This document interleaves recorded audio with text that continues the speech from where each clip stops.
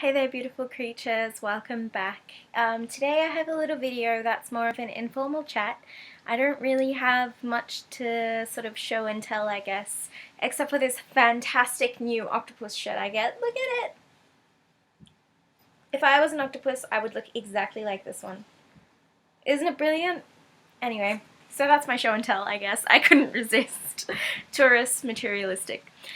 Anyway, so I have some stuff that I want to talk to you guys about today, and mostly I want to say thank you so much to Katie for all the beautiful and wonderful things that you said about me and my channel. When you said them, I actually almost started crying. If you don't know who Katie Flowers is on YouTube, she is a fellow, I don't know if she classifies herself as pagan actually, but I know that she follows some pagan traditions and goddess traditions. I'm not even sure if traditions is it's the right way of putting it, but she's very much active here on YouTube, and she comments, and she's just put out a video where she's shouted out a bunch of Aussie YouTubers, some of which I've never heard of, so it was awesome to subscribe to new people and grow the community a little bit, so that was amazing, so thank you, Katie. The next thing that I wanted to talk about is fairies. Surprise! Does it surprise you? Probably not. So recently I did a massive reading with the Heart of Faerie Oracle by Brian Froud and Wendy Froud, and at the back of that there is a spread. I think it's called The Journey into Faerie, and it's like a circle spread. I think it's like a 7-card spread with a card in the middle, and you kind of, as you go through, you sort of journey further into Faerie and you find out what exactly it is. If you have a question in mind, or if it's a general reading, what exactly it is the fairies kind of have to impart, what kind of knowledge they have to give you. And I was doing it more to connect myself with fairy energies because, as I have mentioned in a couple of previous videos, I was feeling rather disconnected and disenchanted with tarot, and that's my door opening from the wind because we've had mad wind here in Sydney and apparently a tornado.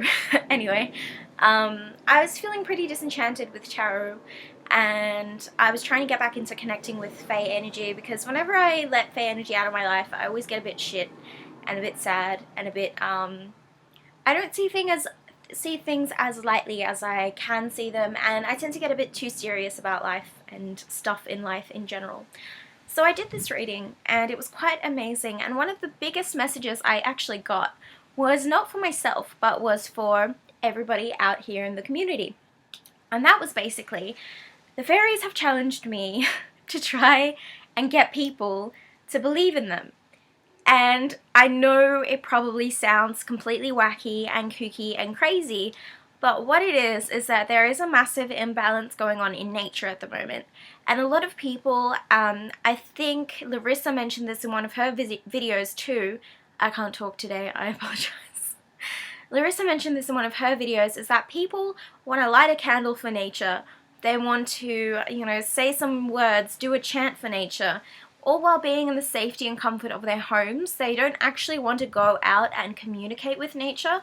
They would rather light a candle for a tree than actually plant a tree or grow a garden or try their hand at any sort of earth-based kind of practice. You're probably going to hear my door banging in the background because I can't get up now to fix it. But so that was one of the big things, and I think that was one of the main reasons why the fairies contacted me and said, hey, can you do something about this? We are being, just as punished as the land is being. And so they kind of threw down the gauntlet at me, and they said, we want to get you to, convince people to believe in us. Don't ask me how I got this message, it just came across when I was reading the cards, okay, and I'm just putting it out there because fairies are something that I've always believed in since I was a kid, and I've been wanting to go on about how important they have actually been for me in my spiritual journey. I know I mention it here and there, but this video is really about talking about that. So when I was a kid, I used to be a lot more creative and independent than other kids, and I always used to want to make up games and stories, and because of that I was kind of a little bit isolated or ostracized, I guess, from other people. And I didn't really mind so much because I had imaginary friends and I had games that I would make up to play with my dolls and stuff, and I didn't really need or rely on people that much, or other kids or friends. And I always got along more with adults anyway. So I was kind of isolated from that point. And then whenever I kind of wanted to play outside, I would always talk to the fairies. And this was just sort of an organic thing that happened when I was really young. One of my very first books that I ever got was Brian Froud's Good Fairies, Bad Fairies. And I actually remember it because I won an award when I was a kid, and that was the first book that I saw in the bookstore. It was a book voucher that I won, and I went and got that book. And I was so scared of the bad fairies when I saw images of them, but at the same time I couldn't help but keep going back and looking at them. It was the same thing with the good fairies. There was something so intrinsic about it, something that I couldn't resist even as a kid, that I felt like was familiar to me. The stories and the way that they looked, the way they were depicted especially, felt a lot like something really familiar. So since I was a kid, I have been talking to fairies. I've lived in the same house now, since I was a kid, which was like 3 years old, I guess, when we moved here. And I'm now 22, so I've lived in the same house for a very long time, and I've always believed that there have been fairies in my garden. And since I was a kid, I went outside and I used to talk to them, especially when I was upset or angry, or something had happened to me and I didn't understand why and I needed guidance. And this was a very unconscious, intuitive thing. I would just go out there. Sometimes I would talk out loud, sometimes I would just say things in my head and say, "Hey fairies, I'm talking to you now." And there would be a specific spot in my garden that I would sit and I would talk to the fairies. So that's something that I've always been connected to and drawn to, and it's something that I would encourage everybody to do. You don't need to go out into nature and talk to yourself, because obviously people are going to think you're a madman. Unless you have, actually, you can get away with it. If you have headphones that have the little microphone thing, or even just headphones, and you kind of are holding your phone in your hand, people will think that you're talking to your phone. So you can talk to yourself out loud. And if you really just don't give a fuck about what people think, talk to yourself out loud in the forest all the time. I think that's great.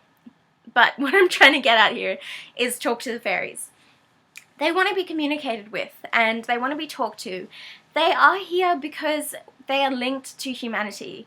And yes, that has been a very polluted and negative link now, but once upon a time, it wasn't so. And they are basically searching for anybody who still feels that pull and that tie to sort of communicate with fairies, to actually do it. Whether it's just in your head and you're passing by a park and you say, "Hey fairies, I acknowledge you.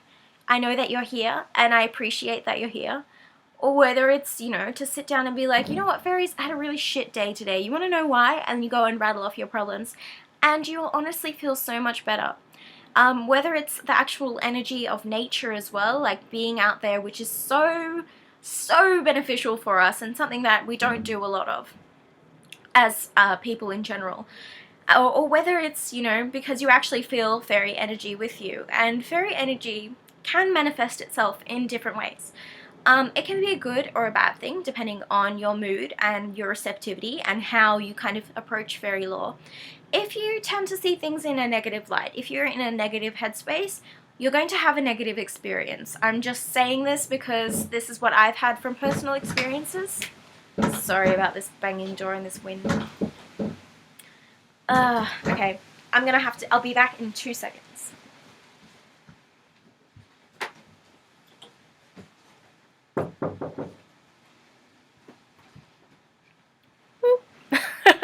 Sorry guys, I had to fix the door in my room. It was just being nuts. And then I had to artfully maneuver to not flash everybody with my short skirt. So, anyway, where was I? Oh yeah.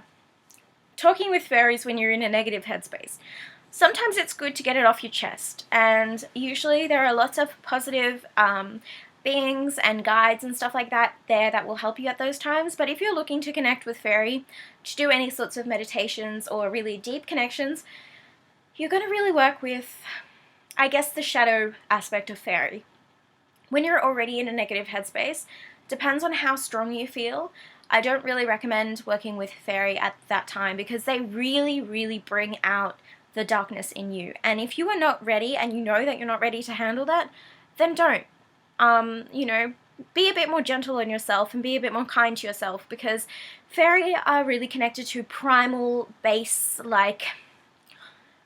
intense emotions and intense energies. And if you work with them when you're not feeling so much up to it, they're gonna kind of really make you see that. And that's, I guess, the only way that I can put it, is that I wouldn't recommend working with fairies when you're in any sort of negative headspace, whether you're going through severe depression or anything else like that, where you just can't focus on anything for too long properly, and you kind of open yourself up basically to be vulnerable and exposed. And sometimes that can be an amazing experience and very healing, and sometimes it can be, see, look, the wind is coming through. Ah, that was like a Pantene ad. And sometimes it can be not so much. So that's the one little, I guess, warning that I would give you. As to these other warnings that are largely amassed from negative fairy tales and stuff like that, where the fair folk have just turned into basically Christianized, demonized things, I wouldn't pay attention to that. I don't think that those kind of fairy creatures exist. I think they are just bad children's stories told to us to make us afraid of being in nature and being connected to any sort of spiritual entities in nature. So, yes, the way that fairy energy manifests itself. So, you might experience a feeling in your heart, like an energetic feeling, like feeling energized or feeling open. That's usually how I experience it. You may see things out of the corner of your eye, which is also how I've experienced things, little shadows flitting about.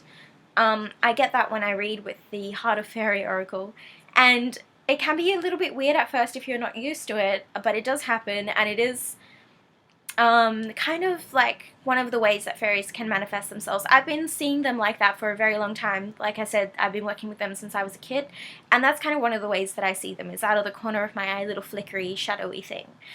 But I've never seen one full on, at least not with, my actual vision.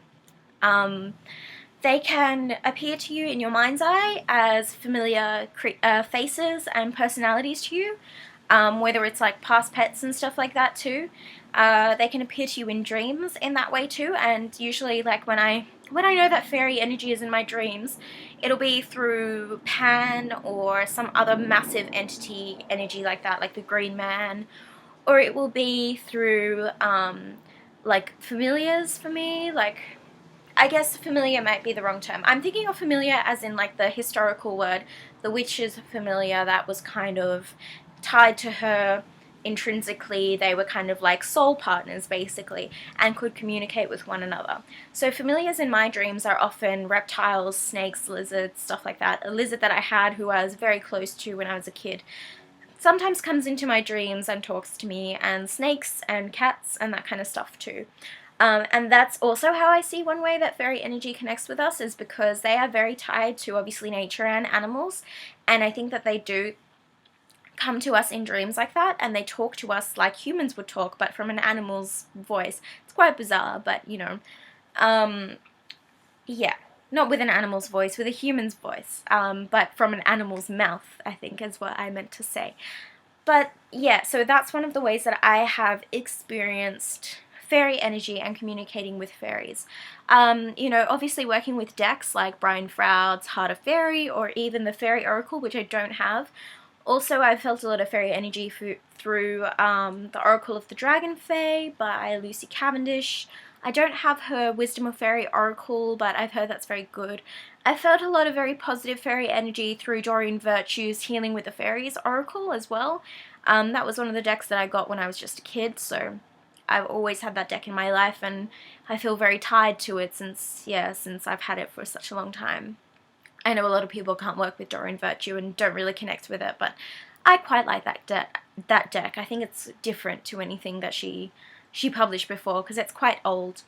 What are the other decks that I would use to connect with fairy? There are some decks that have a bit of fae energy to them. I have the Mystic Fairy Tarot, which is very pixie energy. Pixie energy is like trickster energy, so it's not quite intrinsically nature-based fae, not like as primal as what I would say the Heart of Faerie Oracle is, or anything by Brian Froud, really. But it's kind of, a bit more trickster, a bit more pixie energy. There is quite a lot of Green Man and fae energy in, Raven Phelan. What is it? It's not Heart of Gaia. People have been talking about the Oracle deck, now I'm confused. Raven Phelan. Messenger's Oracle. That's what it is. There's a lot of Fae energy in there too. A lot of cosmic energy in that deck as well. Yeah. So I guess those are some of the ways that you can connect, is through obviously tarot and oracle, through being out in nature and just speaking your mind and being, you know, pouring out your truth, because Fae love truth. If you try to deceive the Fae, they're going to get you back, like, in ways you can't even imagine.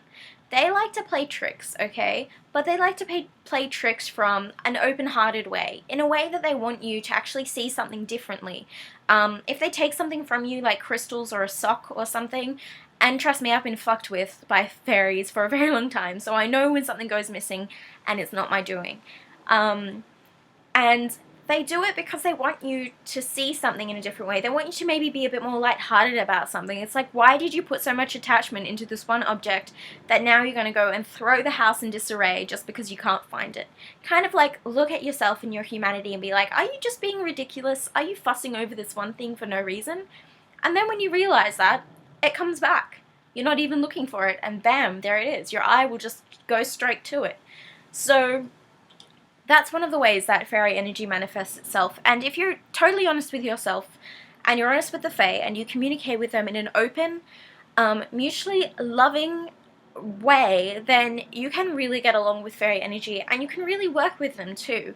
They are fantastic at manifesting. They, you know, what are all these stories about fairy gifts? Honestly, the fairies will reward you. I don't know if reward is the right term to use even, but I know that it's like a mutually exclusive, I wanted to say bartering system, so I'm gonna say bartering system. This is a very strange video, okay, I'm sorry, it's off the cuff. I just wanted to make a video about fairies, alright guys, I'm sorry. I'm not sorry. Fairies are great. Anyway. So what, mutually exclusive bartering system. So you give a little and you get a little, and you give a little and you get a little. And that's kind of how you should operate within the fairy world.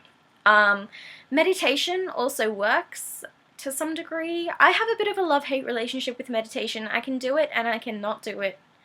And kind of does the same thing for me. I don't know. Meditation and I, we have strange. I have more luck with working in my dreams than I do meditating. I think because I can't fully relax when I meditate, whereas I can let go when I dream, and still lucid dream. Anyway, enough rambling. Yes, so yeah, when you work with fairies, just be aware that it can't just be them, you know, being slaves to humanity, because that's not what they are.